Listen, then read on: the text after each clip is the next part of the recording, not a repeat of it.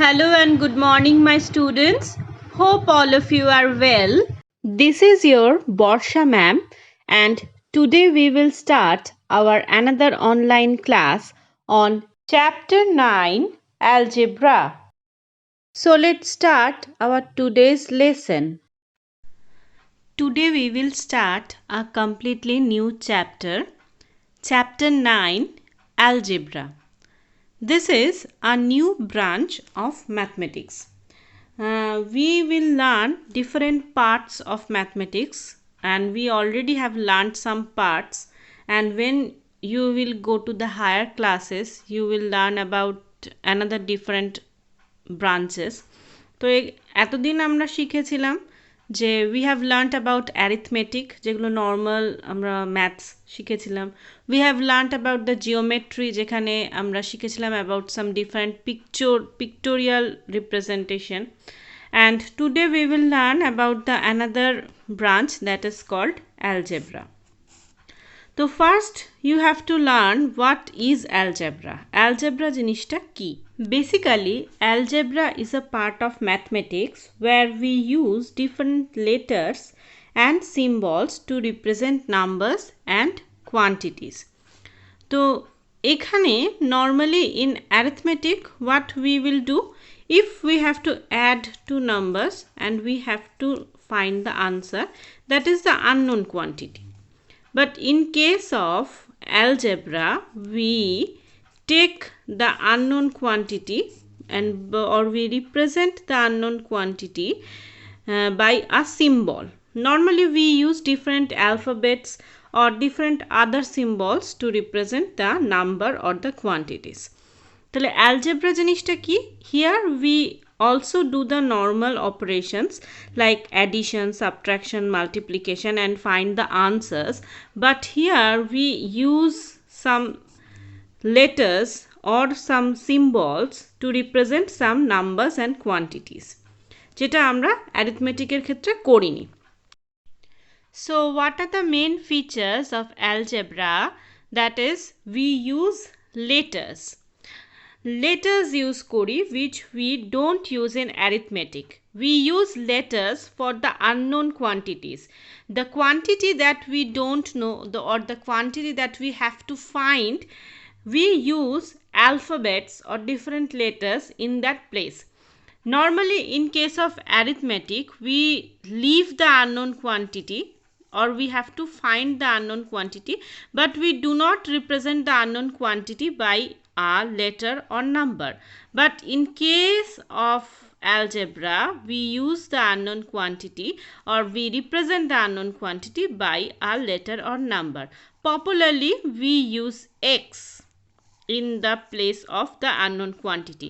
Normally amra x letter ta use kori, and we use this letters as a number. Okay, this letter stands for a number. কোনো নাম্বারের ভ্যালুর represent করছে এই x বা যে কোনো আননোন কোয়ান্টিটিগুলো.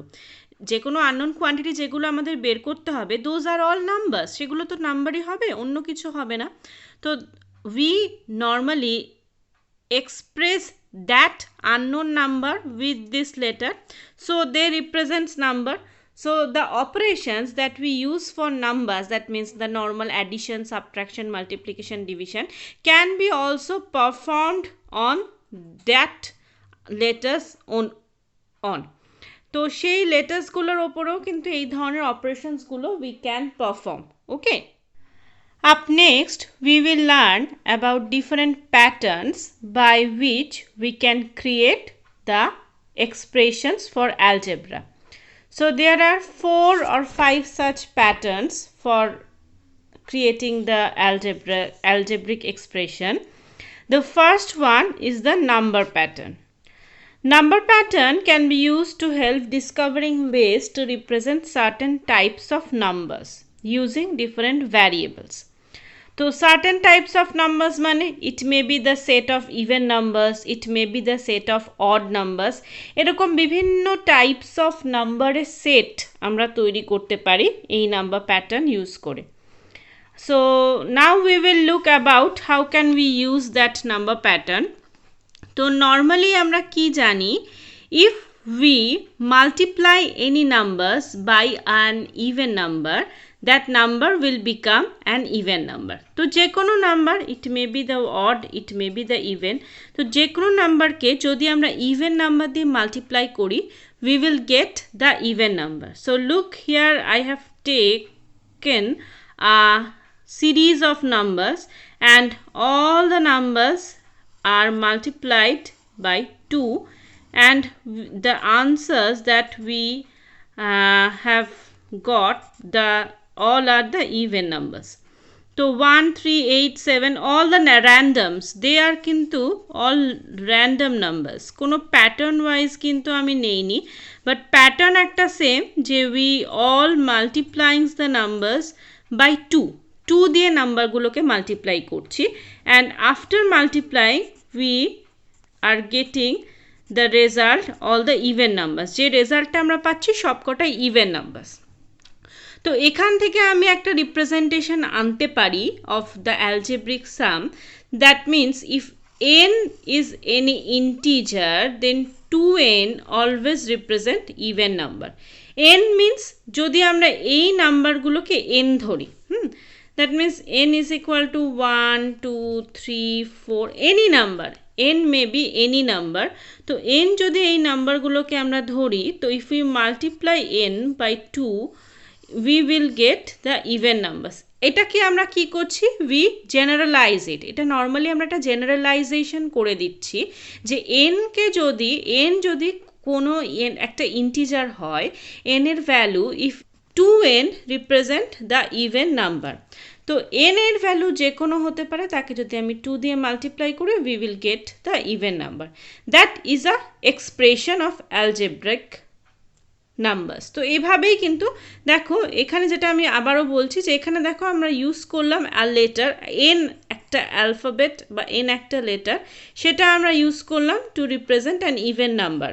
হ্যাঁ, কিন্তু নর্মালি আমরা অ্যারিথমেটিকে কি ইউজ করি, অ্যারিথমেটিকে আমরা 2, 4, 6, 8 এগুলো দিয়ে আমরা ইভেন নাম্বারস বোঝাই, বাট অ্যালজেব্রাতে আমরা 2n দিয়ে ইভেন নাম্বার বোঝাচ্ছি, যেখানে n এর ভ্যালু যা খুশি হতে পারে, 1, 2, 3, 4 যা খুশি হতে পারে n এর ভ্যালু। তো এখানেই হচ্ছে বেসিক ডিফারেন্সটা, এখানে আমরা একটা লেটার দিয়ে বোঝাচ্ছি, এখানে নাম্বারস দিয়ে বোঝাচ্ছি। Clear? So this is the number pattern. Up next we will learn about the dot pattern. Dot pattern we have learned in our whole number chapter. Whole number chapter আমরা দেখেছিলাম how can we use dot pattern to represent some numbers. That may be line pattern, that may be square pattern, square rectangular patterns. আমরা বলেছিলাম যে the numbers that are perfectly square numbers, সেগুলোকে আমরা square pattern এ represent করতে পারি। Perfectly square numbers মানে দুটো same নাম্বারকে multiply করলে যে নাম্বারসগুলো আমরা পাচ্ছিলাম, that means 2 into 2, 3 into 3, 4 into 4, that are the numbers, that means 4, 9, 16, 25, এই নাম্বারসগুলো we are getting those numbers by multiplying the same numbers twice, that means square করে আমরা পাচ্ছিলাম। তো সেই জন্যে we are representing that numbers into dot pattern, 1, 2, 3, 4 এরকম তিনটে করে তিনটে লাইন। তো এগুলো একটা তৈরি করছিল, একটা স্কোয়ার তৈরি করছিল, রেক্ট্যাঙ্গেল না কিন্তু। তো এই নাম্বারগুলোকে আমরা স্কোয়ার প্যাটার্নে রিপ্রেজেন্ট করতে পারছিলাম। From this pattern we also represent the algebraic expression. কীভাবে অ্যালজেব্রিক এক্সপ্রেশনটা রিপ্রেজেন্ট করব? এন স্কোয়ার দিয়ে। দেখো, এন যদি আমি ধরে নিই যে কোনো number 1, 2, 3, it may be any number, তো এন স্কোয়ার মিন্স কি? n square means n into n, that means যদি 2 হয় 2 into 2, 3 হলে 3 into 3, 4 হলে 4 into 4 and so on. So we can represent this number also, this square numbers or this dot pattern numbers are also in algebraic expression. But in case of arithmetic we cannot use this expression. In case of arithmetic আমরা কিন্তু 4, 9, 25 এভাবেই represent করি, but in case of algebra I can use the letters or the symbols to represent any numbers or quantity. So algebra ক্ষেত্রে কিন্তু আমি এই square নাম্বারগুলোকে এরকম ভাবে না লিখে ইন জেনারেলাইজ আমি করে দিতে পারি n স্কয়ার। তো বেসিক্যালি স্কয়ার অ্যালজেব্রার ক্ষেত্রে আমরা কি করছি, we can generalise the whole thing. একটা পার্টিকুলার নাম্বারের ক্ষেত্রে না বলে আমরা যত নাম্বার আছে সেগুলোর স্কোয়ার করলে বা সেগুলোর ইভেন নাম্বার বের করলে বা সেগুলোর অড নাম্বার বার করলে দ্যাট এক্সপ্রেশন, সেই এক্সপ্রেশনটা কি হবে যেটা প্রত্যেকের ক্ষেত্রে খাটে। হ্যাঁ, যেমন ধরা যাক এই যে ব্যাপারটা, এখানে এন এর ভ্যালু তুমি যাই দাও না কেন you will get a even number. কোনো একটা পার্টিকুলারের ক্ষেত্রে আমি ইভেন নাম্বার বলছি না, বা we are not saying about a particular even number, we are saying about the whole even number series, and in that this case also we are not speaking about a particular square number, we are speaking the whole series of the square number. তো এখানে ডিফারেন্সটা arithmetic একটা particular নাম্বারসের ক্ষেত্রে বলে, কিন্তু অ্যালজেব্রার ক্ষেত্রে আমরা পুরো সিরিজটার সম্বন্ধে জানতে পারছি by putting the n value. N এর ভ্যালু 1 2 3 4 করে যখন আমি পরপর পুট করতে থাকবো, আমি প্রত্যেকটা স্কোয়ার পেতে আসবো, 1 এর স্কোয়ার, 2 এর স্কোয়ার, 3 এর square and so on. So this is the beauty of the algebra, যেটা আমরা অ্যারিথমেটিকে পাই না। তো এখানে কি হচ্ছে, এখানে যেহেতু স্কোয়ার প্যাটার্নের নাম্বারগুলো পাচ্ছি, যে নাম্বারগুলোকে আমি স্কোয়ার করে পাচ্ছি, তো তার রেসপেক্টে we can use this algebraic expression. Next look at the matchsticks pattern. Matchsticks প্যাটার্নটাও ঠিক একইভাবে ডিফারেন্ট প্যাটার্নকে প্যাটার্ন রয়েছে of matchsticks, and we have to express that pattern into particular algebraic expression. Look, there is a hexagon shape. There are 1 2 3 4 5 6. There are 6 sides. Okay, there are 6 sides hexagon, 1 2 3 4 এরকম কতগুলো sets of hexagon রয়েছে, and you have to find the similarities or you have to find the patterns of that hexagon shapes. তো hexagon শেপসকে আমরা এইভাবে লিখতে পারি 5 + 1। হ্যাঁ, তো সাইডসগুলোকে আমরা বলতে পারি 5 + 1। সো ফার্স্ট কেসে আমার কীরকম রয়েছে 1 2 3 4 5 6, টোটাল 6টা ম্যাথস্টিক্স রয়েছে। সেকেন্ড কেসে দেখো টোটাল 11 ম্যাথস্টিক্স রয়েছে। থার্ড কেসে টোটাল 16 ম্যাথস্টিক্স রয়েছে। তো এরকমভাবে আমার প্যাটার্নটা এমনভাবে রয়েছে, তো আমাকে সেটাকে সাজাতে হবে। এটা একটু বুদ্ধি খরচ করে আমাকে করতে হবে যে how can we arrange the patterns, যাতে আমার সেখানে এন এর ভ্যালু 1 2 3 4 বসালে আমার এই নাম্বারসগুলোকে আসে। তো we already know this numbers, right? আমরা এখানে জানি যে কতগুলো, এখানে যদি আমরা নর্মালি কাউন্ট করি, if you count them we know the total values, but how can we put them into an algebraic expression or algebraic pattern? কিন্তু আমাদের কাছে চ্যালেঞ্জটা হচ্ছে এদেরকে একটা পার্টিকুলার প্যাটার্নে সাজিয়ে এদেরকে অ্যালজেব্রিক এক্সপ্রেশনে ফেলা, যাতে নর্মালি আমরা এন এর ভ্যালু আমরা চেঞ্জ করতে থাকি, then we will get this value. যদি এন এর ভ্যালু 1 2 3 4 এরকম করে দিতে থাকি, তো এখানে ঠিক যেরকম করে আমরা ভ্যালুগুলো পেয়েছি, ঠিক সেরকm ভ্যালুগুলো আমাদের আসে। তো তার জন্য আমাকে কি করতে হবে, আমরা একটা সিকোয়েন্স দিলাম। কি sequence? The sequence will be 5n + 1। ওকে, তো 5n, n এর ভ্যালু কি দাঁড়াচ্ছে? n এর ভ্যালু এইগুলো 1 2 3 4, n এর ভ্যালু এগুলো হচ্ছে 5 + 1। তো কেন দেখো, যদি 5 + 1 হয়, 5 × 1 + 1, তার মানে 5 × 1 5 + 1, দ্যাট মিনস 6। তো ফার্স্ট কেস আমার মিলে গেছে। 5 × 2 10 + 1 11, দেখো সেকেন্ড কেসও মিলে গেছে। 5 × 3 15 + 1 16, দেখো থার্ড কেসও মিলে গেছে। তো আমাকে এইভাবে দেখে পুরো জিনিসটার আমাকে প্যাটার্নটা কিন্তু সেট করতে হবে।